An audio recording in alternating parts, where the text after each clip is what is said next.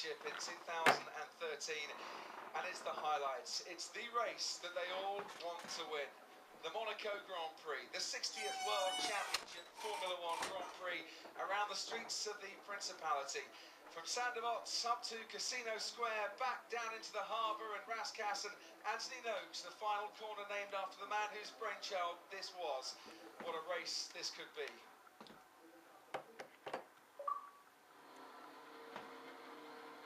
The lights going on here. We have 5 of them ahead of the drivers in Monaco. It's lights out, and away we go. It's a decent start from Sebastian Vettel, trying to get on the inside, but he's covered by Rosberg. They're almost wheel to wheel, the two Mercedes. Hamilton just squeezes past Vettel to keep that second place. As one of the caterers has Guido van der Garde goes through on the inside of Sandovots. Racing now up towards Massillé. You've got Fernando Alonso, Harry and Kimi Raikkonen already. Into Casino Square we come.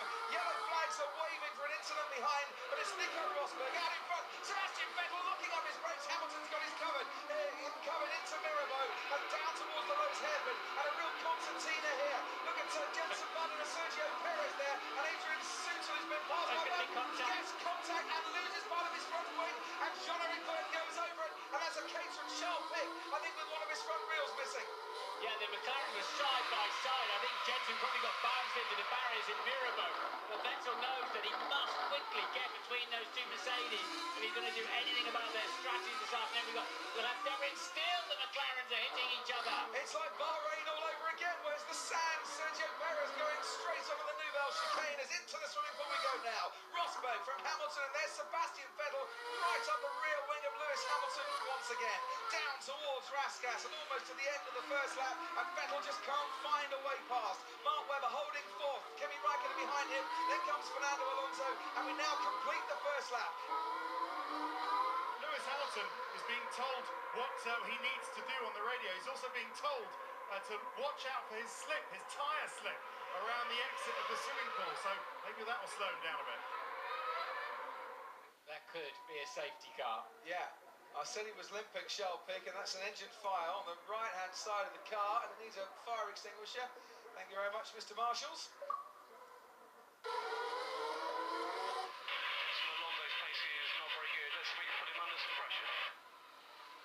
Yeah, so in terms of the strategy game, Mercedes could have played by getting Lewis Hamilton to hold up the pack so as to give Nico Rosberg a buffer for when everybody starts to pit, possibly 2 stopping in about 10 laps time or 6 laps time. Then either they never had that arrangement anyway, or Lewis isn't playing the game because he's not got the gap that he needs. Rosberg has not got the buffer that he needs. It looks like everyone's now thinking strategically perhaps about a 1-stop. This will be great for the likes of Kimi Raikkonen and Fernando Alonso behind, as you say, Martin, who can now consider a 1-stop because the Mercedes are not getting away. So we'll see what happens. The 2-stop window is going to open in about 6 laps time. As I say, just a quick word on Felipe Massa. Slow progress through the field. He is in this race.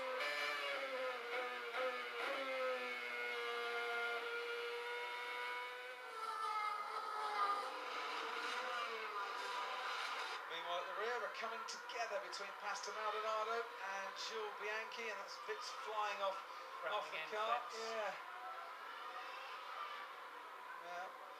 Bianchi down in 21st place. Paul di Resta has gone past Felipe Massa. He looked pretty close going through the final turn. He went past our commentary box, and di Resta puts himself up into 15th place. He, of course, has pitted. Felipe Massa hasn't. Good move then. It's down the outside where it's not so bumpy. DRS was enabled, of course, so, and he sweeps in, and he's like, I'm having it. Make your mind up. You better be going across the curb. So this is a great move. So you can't overtake in Monaco. But Felipe opened the door up for him. He swung in because he had to turn in. The double yellow is being waved, Martin, down at Sandovots. And it's for Felipe Massa, who's gone off at Sandovots for the 2nd day running. So let's see what happened to Felipe Massa. Absolutely identical crash, or start of the crash, to yesterday. That's bizarre. It's exactly the same accident he had in practice.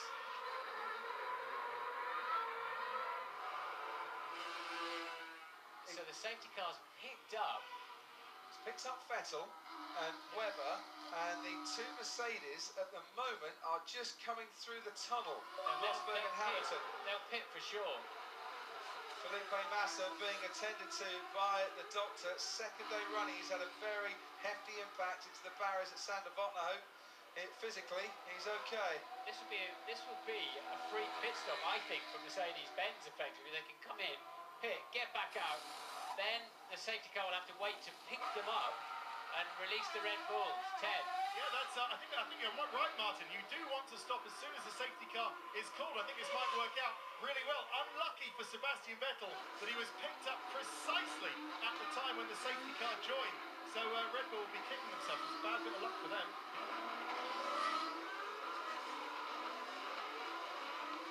Alonso once again looking for a way past Kimi Raikkonen, the two world champions, one in a Lotus, one in a Ferrari, giving us a great little mini subplot here at the moment. Stands the Nouvelle chicane once again under braking.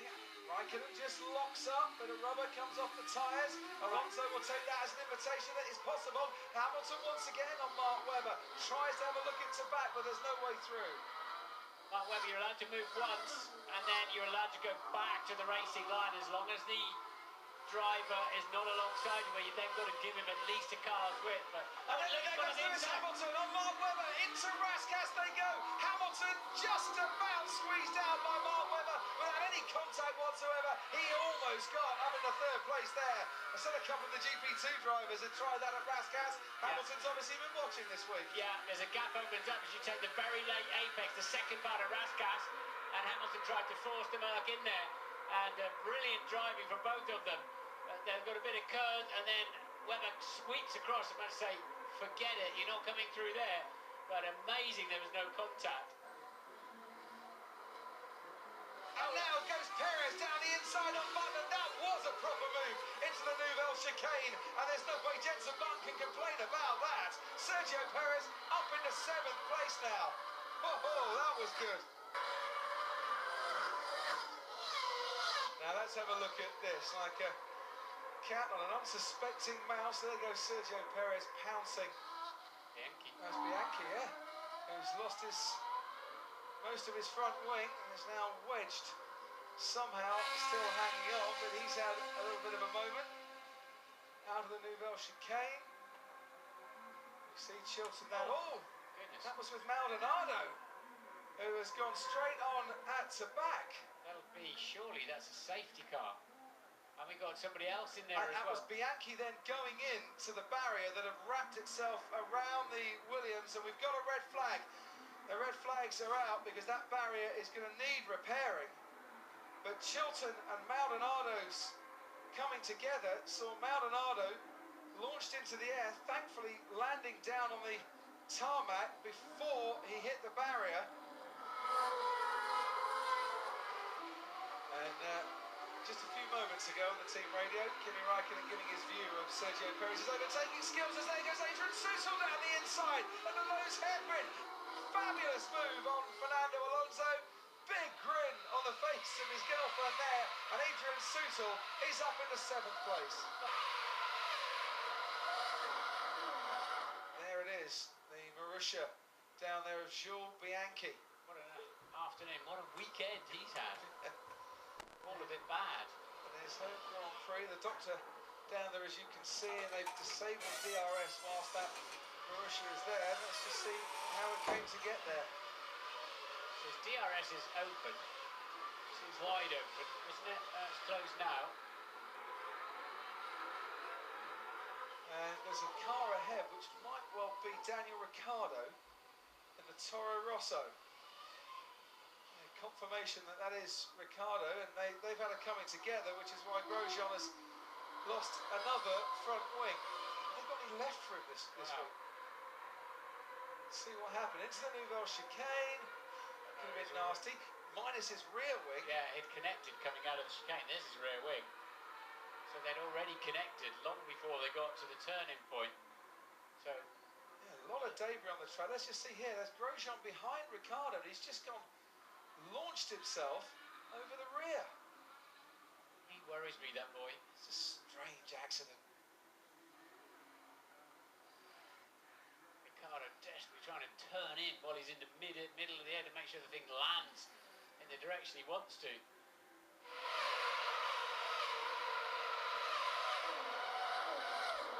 Perez there. Yeah. Oh, and there's Raikkonen as well. Now, bit of a contact between Perez and Raikkonen. Certainly Raikkonen having to catch the car, save it. Is there a bit of front wing damage on Sergio Perez's McLaren?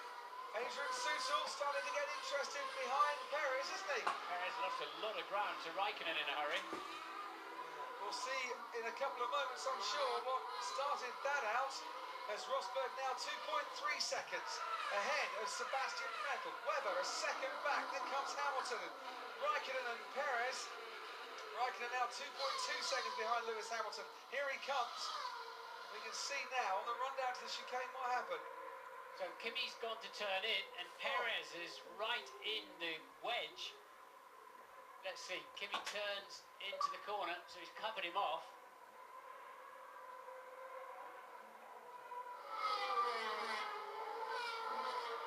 Is that a left rear puncture now for Raikkonen? Well, it looks to be hanging down on the left-hand side, doesn't it?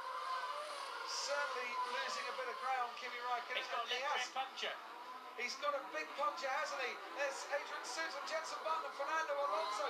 Button on the inside of Fernando Alonso as Raikkonen comes into pit.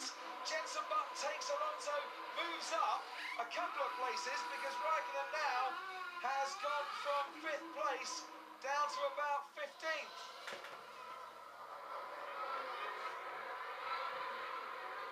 Fernando Alonso bogged down a bit behind Adrian Sutil, wasn't he? That gave Button the opportunity.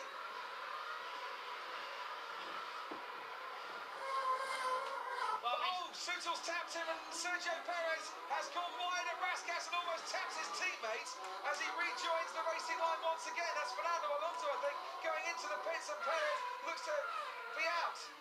And meanwhile, behind Rosberg, Vettel and Webber, the podium places, the battle is still on for the points. Jenson Button ahead of Fernando Alonso, behind Alonso, Jean-Éric Vergne scrapping away with the Ferrari. Di Resta right close to Jean-Éric Vergne and thinking maybe he can move up to 8th place, considering he started in 17th. Di Resta will be more than satisfied, even if he doesn't. So will Vettel, even with 2nd place, has done wonders for his championship lead, hasn't it? With Raikkonen out of the hunt, Alonso on his back foot, Hamilton only down in 4th. Vettel with a 22-point lead in the championship if they finish like this.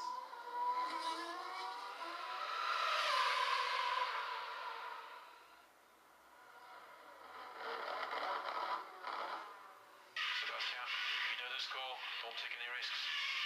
Alright, that's enough. Not getting any more points for that. That's satisfaction.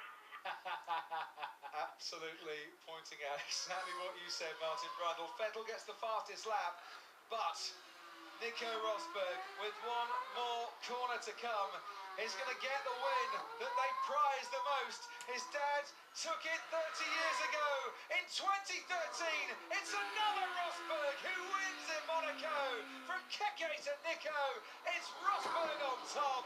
Vettel and Webber come home to take the podium places. It's a 2-3 for Red Bull, and Lewis Hamilton misses out on a top 3 finish. The first round of pit stops rather did for him.